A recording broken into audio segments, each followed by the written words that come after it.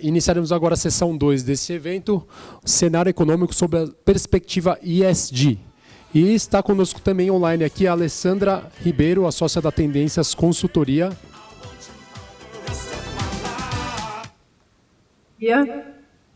Olá, Alessandra. Bom dia, Alessandra. Que prazer ter você com a gente online.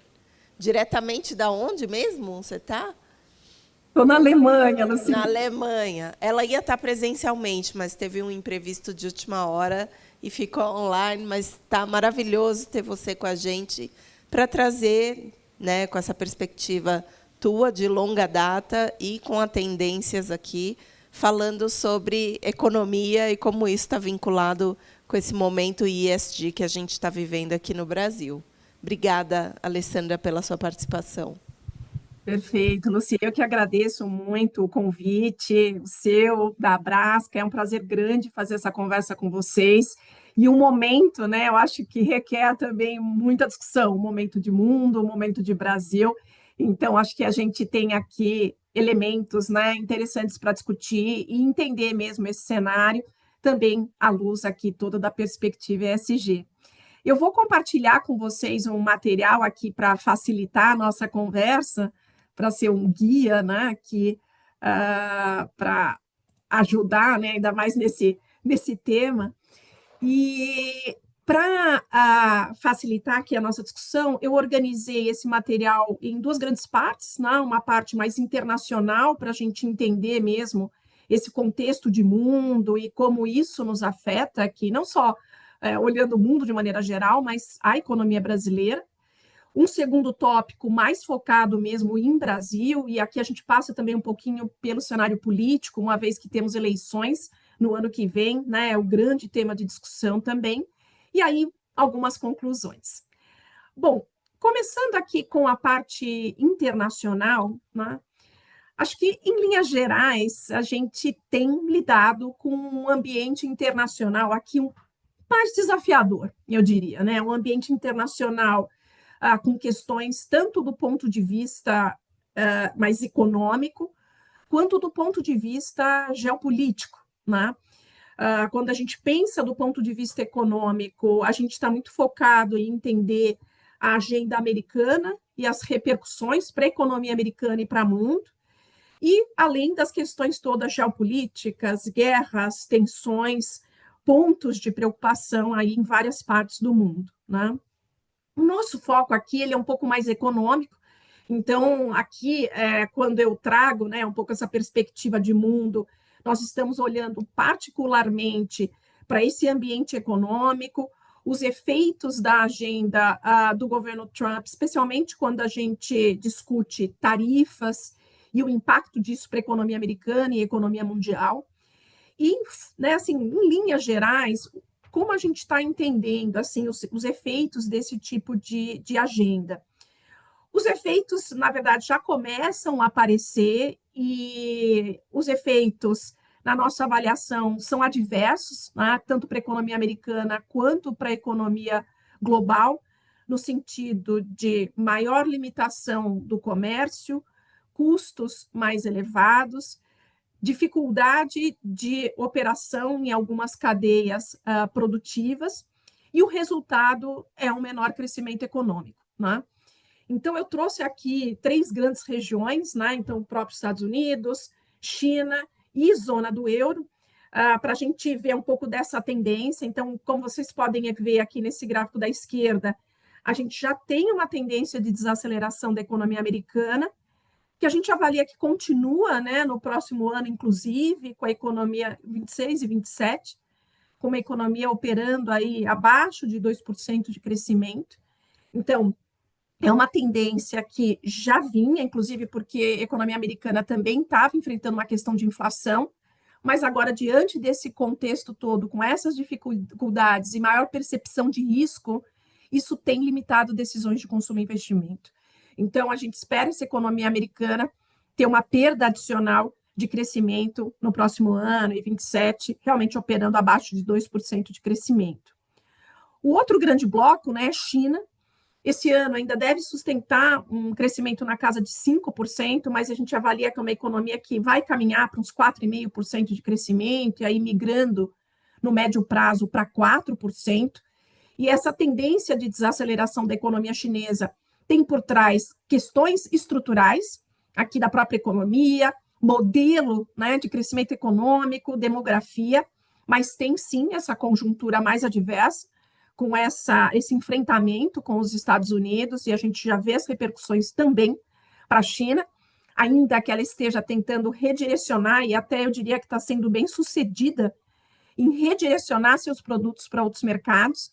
A gente tem visto isso claramente, inclusive no Brasil, em vários segmentos aqui, a gente tem observado uma entrada muito expressiva de produtos chineses, né? Então, eles estão tentando mesmo e estão sendo relativamente bem-sucedidos nessa aquisição de outros mercados, né? Exploração de outros mercados.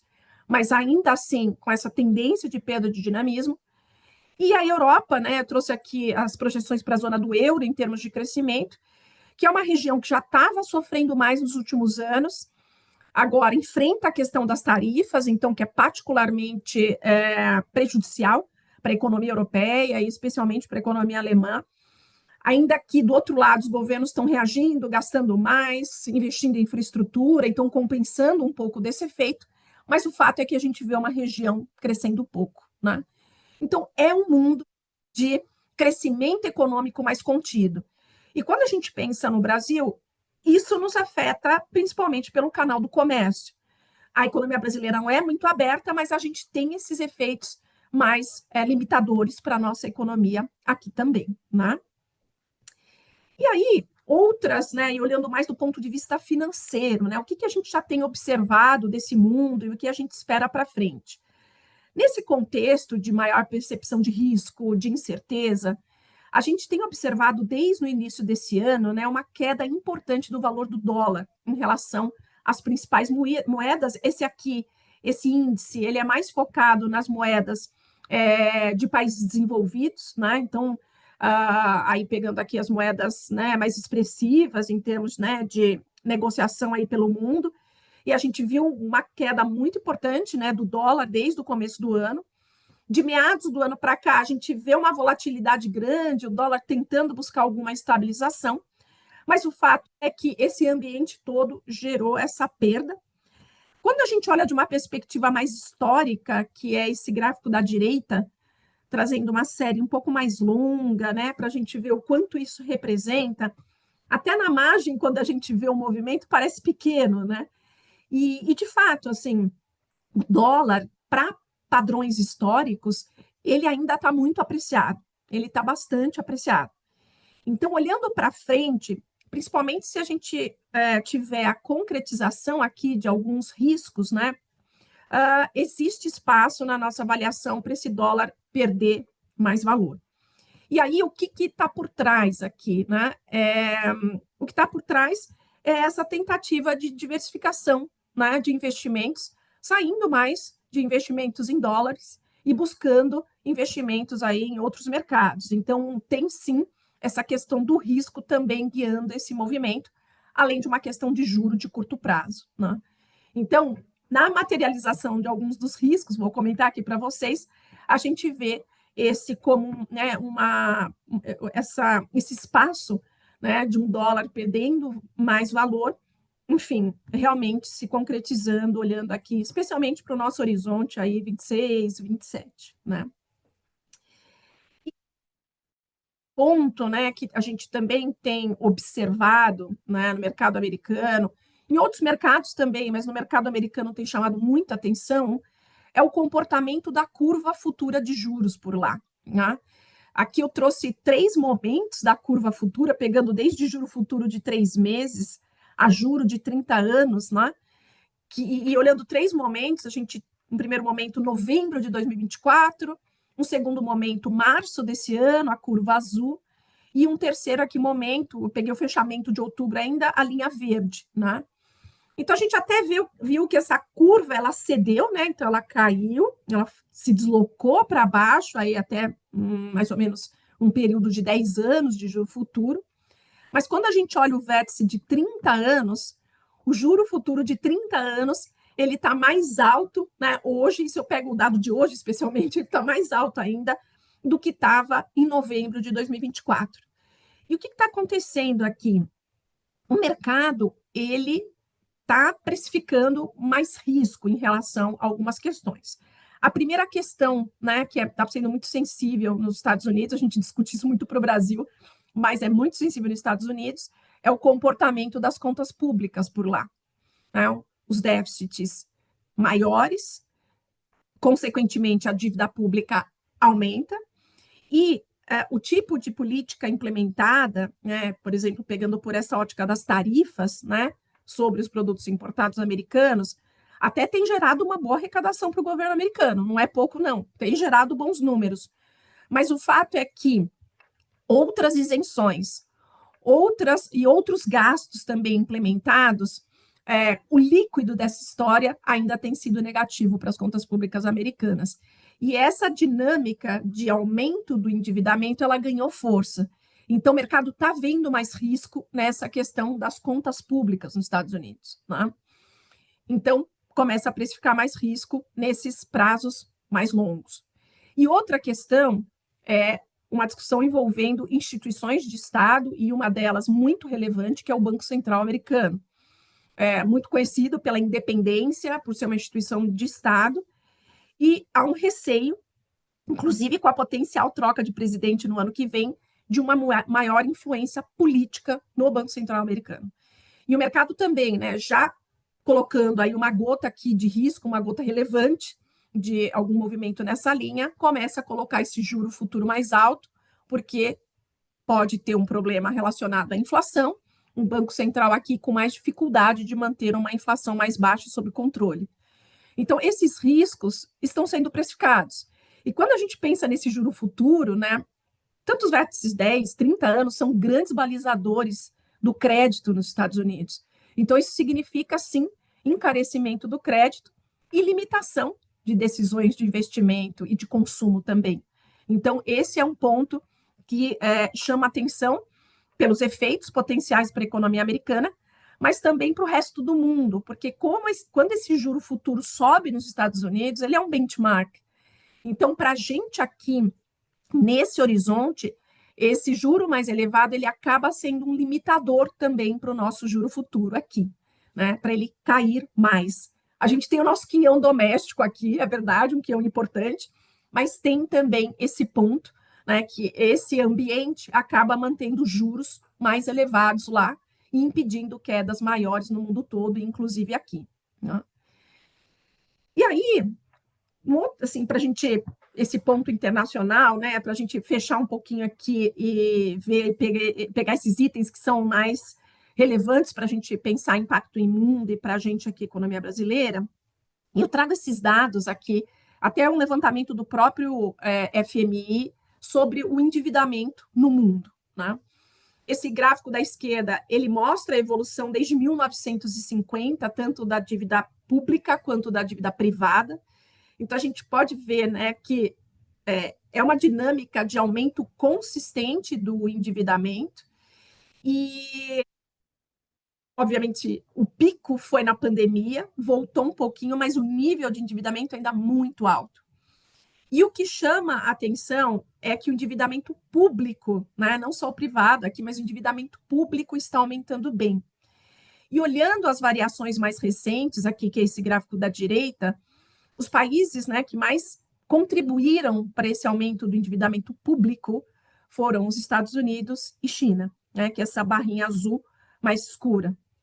Então, a gente está vendo os países mais endividados, inclusive os países avançados, que essa é uma grande novidade, né? A gente falava muito das economias emergentes, e agora não, a gente vê as economias avançadas com maior endividamento público, né? Privado também, ainda que o privado agora mostrou alguma moderação, aí principalmente nos Estados Unidos, na China não, continua aumentando, mas esse é um ponto de vulnerabilidade, porque qualquer aqui choque pode trazer um efeito aqui financeiro importante para as principais economias, que é um cenário que a gente não tinha aí olhando para décadas atrás. E aqui, especialmente quando a gente fala da agenda ESG, transição energética, a questão ambiental, com esses países mais endividados, a gente vê, sim, aqui um limitador dessa agenda, né? Porque os governos têm cada vez menos espaço, do ponto de vista público, né, para investir recursos nessa agenda. Então, para a gente aqui, esse é um ponto que a gente está olhando com cuidado, não só na realidade brasileira, que eu vou entrar, mas também na realidade dos países desenvolvidos, né? Bom, acho que um pouco aqui, só para a gente fechar essa questão de mundo, né? Esse quadro, e aqui para o Brasil, acho que os principais canais, né, de afetação da economia brasileira são esse canal do comércio, então esse contexto de mundo, ele acaba nos afetando e limitando também o nosso crescimento, e a questão financeira, seja por juros futuros altos, seja por câmbio, o dólar perdendo aí valor, que até aqui a gente pode ter até um real mais apreciado, e aqui para algumas agendas, inclusive de inflação, pode ser uma boa notícia, né? Bom, entrando especificamente aqui em Brasil, né? Eu começo com o cenário político, porque a gente vai ter eleição no ano que vem, e é essa a grande discussão, né? E aqui, para começar essa discussão, eu trago a avaliação do governo atual, né? A gente olha várias pesquisas, faz média, mas eu trouxe essa porque eu acho que ela mostra bem um pouco dos movimentos que eu gostaria de destacar, né? Olhando a aprovação e desaprovação. Lembrando que desde o começo do ano até meados do ano, né, a gente estava vendo o governo atual sofrendo em termos de aprovação, estava, né, com uma tendência de perda importante de popularidade, apesar dos bons números da economia, né, vou mostrar para vocês, apesar dos bons números, mas a gente viu que a inflação de alimentos, estava machucando, sim. Outras agendas acabaram influenciando aí do ponto de vista desde INSS, questão de PIX, várias coisas acabaram influenciando, mas o ponto é que o governo estava perdendo bastante popularidade. Desde julho para cá, e aí inclusive com toda a agenda Trump, as tarifas de 50%, paralelamente tivemos o julgamento do ex-presidente Bolsonaro, enfim, esse contexto todo, a gente viu o governo recuperando um pouco dessa popularidade. E aí essa curvinha verde aqui do aprova se recuperou um pouco, subiu e aí voltou a encostar no desaprova, que é a linha aqui verde escura. Mas eu acho que essa figura bem o quanto a gente tem um governo que, apesar de ter tido um ganho de popularidade nesses últimos meses, ainda tem um nível de desaprovação alto, né, ao redor de 50%. Na margem, até esse movimento se estancou um pouco, porque entrou a questão de segurança pública, né, aquele evento todo no Rio de Janeiro, isso já se estancou. Mas a gente vê que tem um nível de desaprovação importante. Então, na nossa avaliação, e aqui do nosso cientista político, né, quando o governo tem um nível de desaprovação alto, isso abre espaço para a oposição. Isso abre espaço para a oposição. E aí eu vou discutir um pouco mais esse ponto, já pelo nível da desaprovação. É fato que, né, eu vou mostrar a economia, mas em linhas gerais, ainda que com uma perda de tração na nossa economia aqui no ano que vem, em linhas gerais, a gente tem uma economia relativamente bem, né, para o próximo ano. Então, a gente até avalia que a economia não vai penalizar o atual governo. E, além disso, a gente tem várias medidas que estão entrando em operação, reformas, que podem ainda adicionar positivamente para a popularidade do governo. Então, citando algumas aqui, gás do povo, luz para todos, tivemos a reforma da renda aqui, aprovada pelo Congresso, isentando o pagamento de imposto de renda para pessoas que ganham até 5 salários mínimos, e depois desconto na tabela, né, para quem ganha até 7.300. Reformas relacionadas ao setor imobiliário, reformas de residência, enfim, várias medidas que ainda na nossa avaliação vão ter efeitos positivos para a popularidade, né? Então, a gente considera isso no cenário, né? Mas o fato é que é isso, a gente tem um nível de desaprovação alto que abre espaço para oposição. Agora, quando a gente calcula, né, assim, o capital político, né, do atual presidente Lula e de potenciais nomes da oposição, né, a gente vê que a oposição ainda está bastante desorganizada, né? A gente ainda não tem uma clareza de como essa oposição vai se organizar para competir lá no final do ano. Mas um ponto que chama atenção é que todos os potenciais nomes, né, da oposição, eles têm rejeição muito alta. Rejeição muito alta. Então, quando a gente faz o cálculo de capital político, que é imagem positiva menos imagem negativa, vocês podem ver, a gente fez aqui um ranking, né? Então, o Gumota está lá com menos 74, mas o Lula, ele relativamente, ele ainda está melhor nessa comparação de imagem positiva e negativa. Então, à luz desse quadro, né, uma economia que não deve machucar o governo ano que vem, efeitos de medidas, né, adotadas que devem afetar popularidade, e uma imagem ainda do Lula em relação a outros nomes, né, que ainda ele está relativamente melhor, o nosso cenário é um cenário de competição acirrada, mas com ligeiro favoritismo para o governo atual. Né? Então, é isso que a gente está considerando nos cenários econômicos, que eu vou detalhar um pouco mais. Né? Apesar, é isso. Tem uma competição aqui difícil, mas juntando aqui todos esses pontos, a gente vê um ligeiro favoritismo para a reeleição. Tá? E aí, entrando mais na economia, efetivamente, né? E aqui eu trago o crescimento econômico, né? O que a gente está vendo, e não só para esse ano, para os próximos. Vocês podem ver que esse ano, né, a economia deve crescer 2,2%, então desacelerando um pouquinho em relação ao ano passado, né, 3,4%, né, até nem tão pouquinho assim, é uma desaceleração importante. E aqui a gente tem efeitos de mundo, mas tem muito o efeito aqui interno da política monetária para trazer inflação para patamares mais baixos. Tem esse efeito aqui relevante que já está causando essa desaceleração. Né? Para 2026, o nosso número hoje ele é 1,6, mas nós estamos revisando positivamente por causa dos efeitos dessas medidas todas anunciadas, né? Que eu falei, isso vai ter efeito para a economia ano que vem. Então, esse número deve ficar mais próximo a 1,9. Né? Então, porque adiciona entre 0,3 a 0,4 ponto de porcentagem esse conjunto de medidas pelos nossos exercícios.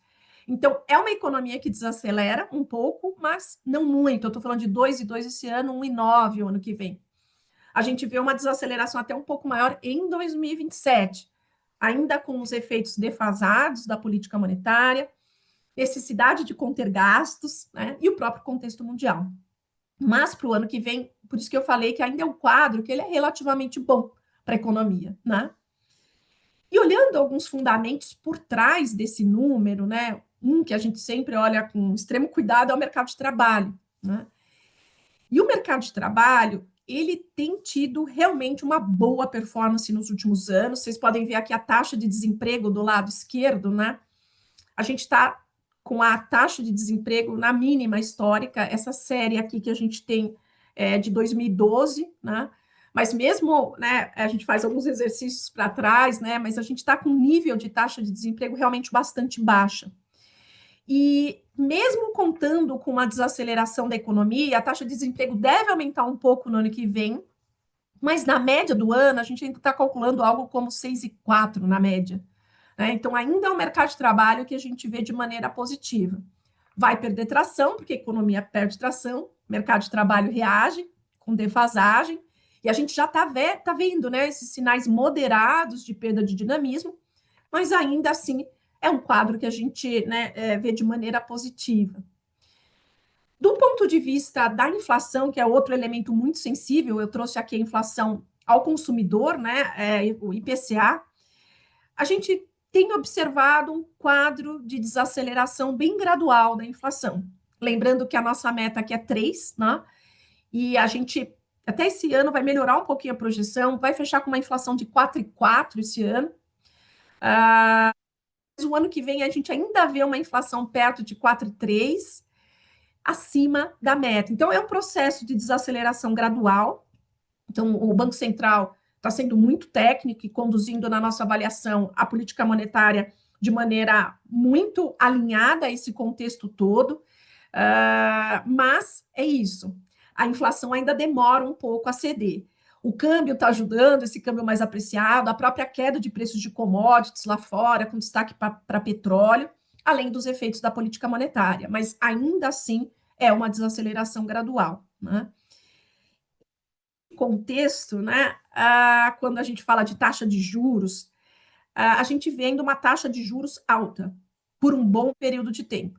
Então, a Selic hoje está em 15, a gente termina o ano, né, agora com essa Selic em 15. A gente tem redução de juros no ano que vem. O nosso call oficial é a partir de janeiro, mas tem uma discussão se não pode vir a partir de março. Mas que seja março, a gente acha que o Banco Central vai fazer uma redução apenas moderada dos juros em 2026. Por isso que a gente tem a Selic chegando em 12,5, que é uma redução de juros pequena, né? É um nível de juro ainda muito alto aqui. Então, especialmente quando a gente pensa em crédito, é ainda um grande limitador.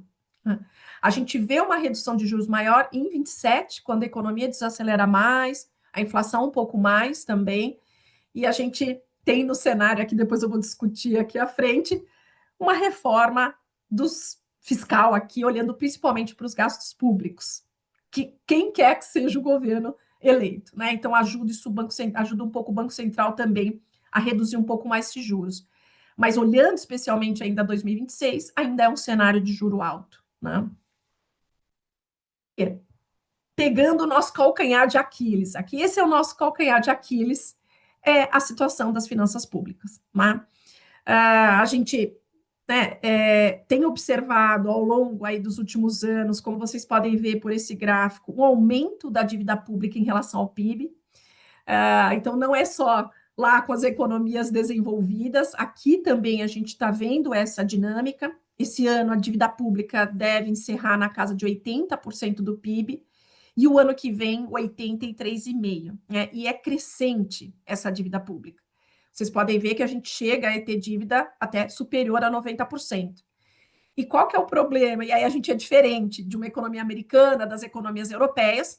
A gente tem que financiar essa dívida com juro muito maior e com uma maturidade, né, um prazo médio de dívida muito menor. Então, a nossa vulnerabilidade aqui é muito maior quando a gente compara ainda com os países desenvolvidos, mesmo também com uma dinâmica diversa.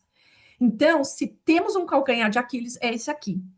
E em 2027, a gente vai ter uma situação bem complicada das finanças públicas, porque no atual sistema, que é o arcabouço fiscal, que vocês já devem ter ouvido falar bastante, a gente vai ter um achatamento ou um esgotamento do espaço para gastos discricionários, ou seja, todos aqueles gastos que não são obrigatórios.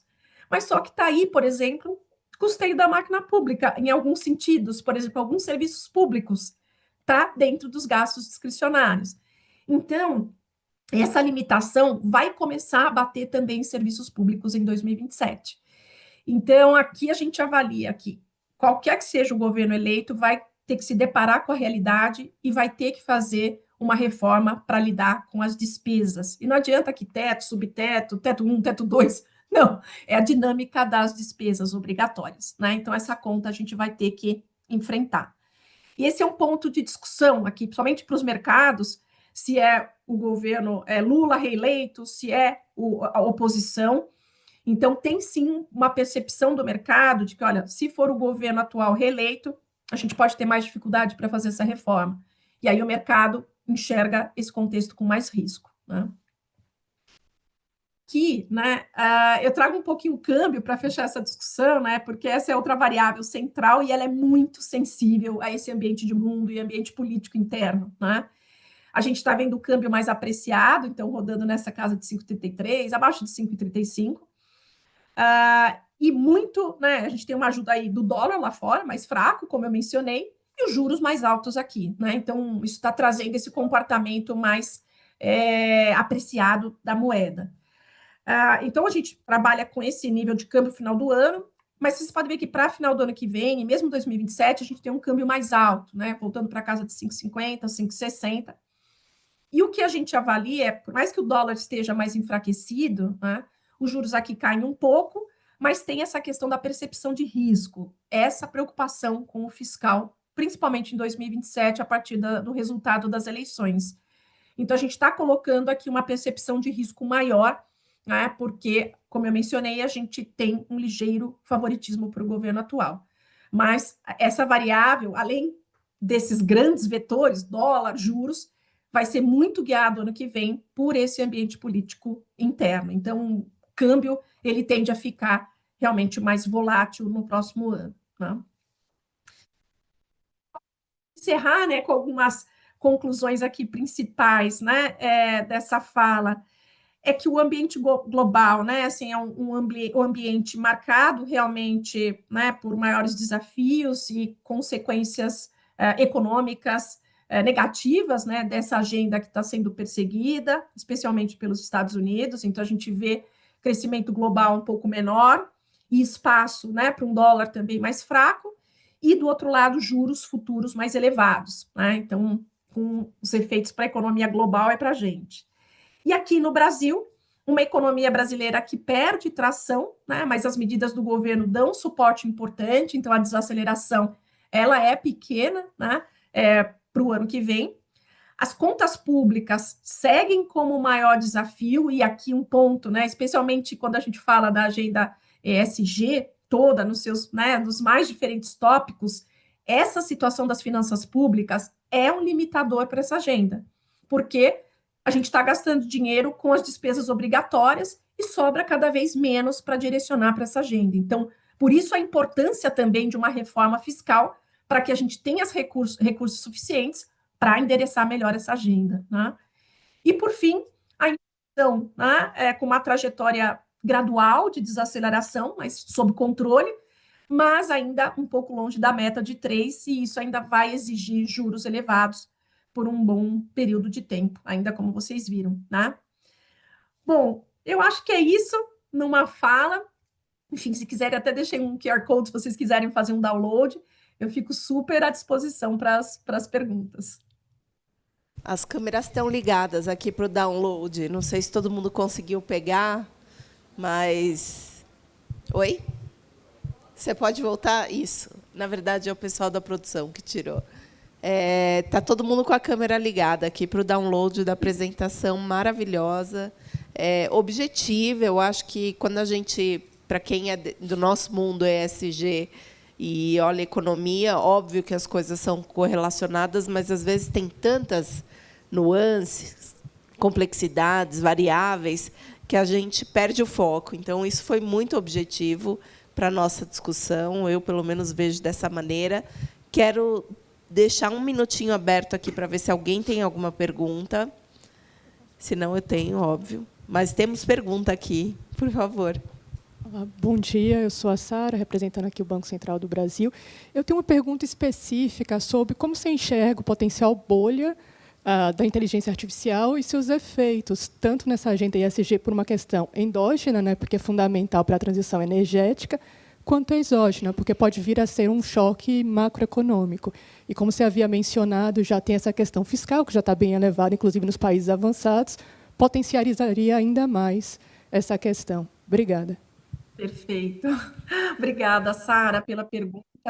É exatamente essa a discussão que a gente tem, olhando aí os mercados avançados, mas principalmente o mercado americano, porque a gente está observando uma valorização muito expressiva das ações por lá, especialmente essas ações de tecnologia. E, de fato, a gente tem um ponto, sim, aqui de preocupação. Porque quando a gente faz até algumas correlações simples, assim, de dinâmica de PIB de economia americana, com a liquidez que a gente tem no mercado americano, e, inclusive, essa liquidez muito relacionada a essa valorização, a gente tem um descolamento muito grande. É fato que esse descolamento, ele até começou, até após lá a crise de 2008, né, todo o problema imobiliário, mas o fato é que o Banco Central americano ele já vinha, né, direcionando essa questão, tentando reduzir a liquidez, o próprio balanço do Fed, mas ainda a gente vê realmente uma separação muito grande entre dinâmica da economia e essa liquidez. Então, assim, eu acho que é um ponto de risco, sim, na nossa avaliação, até porque a gente ainda não tem clareza dos resultados de toda essa agenda de tecnologia, IA, e aí resultado é isso, né? Quantas as empresas estão economizando, quanto elas estão ganhando de produtividade e quanto isso está virando resultado, porque no fim da conta é o que vale. Então, sim, acho que esse é um ponto de atenção. E aí, um problema financeiro aqui maior, aí a gente nem é a agenda ESG, nem é a agenda, todas as agendas são extremamente afetadas, porque isso terá efeitos muito adversos para a economia global, respingando, obviamente, na gente aqui, e aí, para andamento das demais agendas, a gente tem aqui um contexto muito complicado, porque a partir do momento que você tem um problema financeiro, isso draga as economias, né, de uma maneira muito complicada, isso tem aí os efeitos aí por um bom período de tempo, como a gente inclusive viu lá na crise de 2008, a gente viu a própria crise da dívida dos países europeus em 2011. Então, esses problemas financeiros, quando os países já estão muito endividados, como você, né, eu mostrei aqui nos gráficos, isso pode potencializar as consequências negativas. Então, ainda que é difícil precisar, tem uma bolha, não tem, mas sim tem pontos que levam para preocupação, e aqui a gente pode ter um cenário bastante adverso. Ótimo. Mais alguém? Então, acho que ficamos por aqui. Alessandra, muito, muito obrigada pela apresentação brilhante, pela tua participação. A gente espera uma outra oportunidade para você estar ao vivo com a gente aqui no Brasil. E, mais uma vez, muito obrigada, Tendências. É uma honra ter vocês aqui com a gente no ESG Day da Brasca. Obrigada. Obrigada, Lucy. Obrigada pelo convite carinhoso. E eu espero realmente da próxima estar in person aí com vocês. Obrigada. Obrigada. Um ótimo evento. Obrigada.